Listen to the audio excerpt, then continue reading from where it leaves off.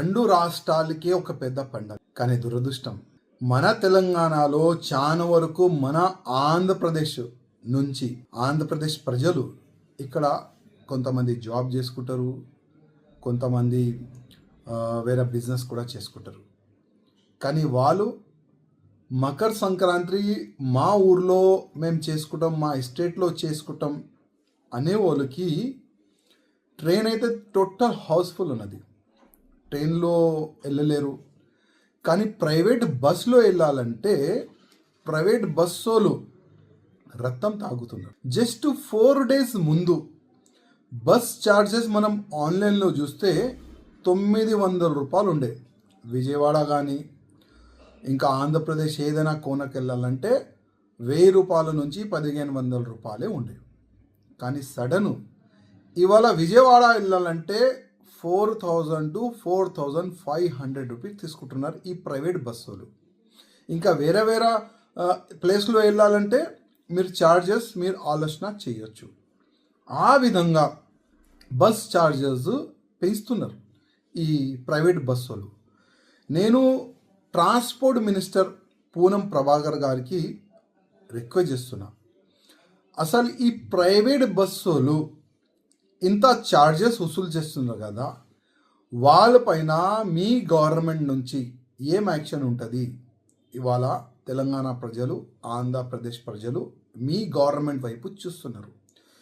ఆంధ్రప్రదేశ్ కాకుండా తెలంగాణలో కూడా కరీంనగర్ కానీ ఇంకా వేరే జిల్లాలు కూడా లాంగ్ అంటే 200 కిలోమీటర్, 300 కిలోమీటర్, 400 కిలోమీటర్ దూరం వెళ్ళాలంటే కూడా ఆ ఛార్జ్ కూడా చాలా వరకు పెంచేసినారు ఈ ప్రైవేట్ బస్సులు. నేను మినిస్టర్ గారికి ఒక సజెషన్ ఇవ్వాలనుకుంటున్నా. మీరు ఒక టాస్క్ ఫోర్స్ తయారు చేయండి.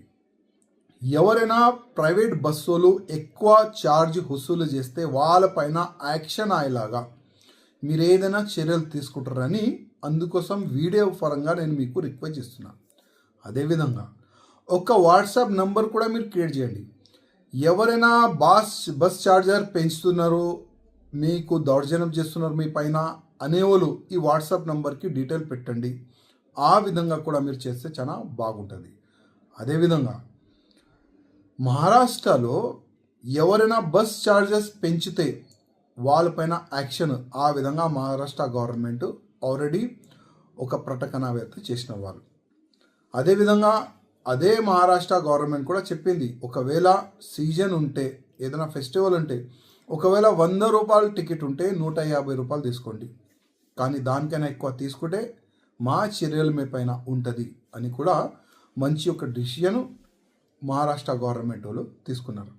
అదేవిధంగా హజ్ యాత్ర గురించి కానీ, జెరూసలం యాత్ర గురించి కానీ తెలంగాణ నుంచే తెలంగాణ గవర్నమెంట్ డబ్బులు పెట్టి ఫ్లైట్ టికెట్ ఇచ్చి చాలామంది ముస్లిమ్స్ వాళ్ళకి పంపిస్తున్నారు. కానీ మకర సంక్రాంతి పండుగ అంటే మనకు చాలా పెద్ద పండుగ. అదేవిధంగా ఆంధ్రప్రదేశ్ ప్రజలు కూడా చాలా పెద్ద పండుగ.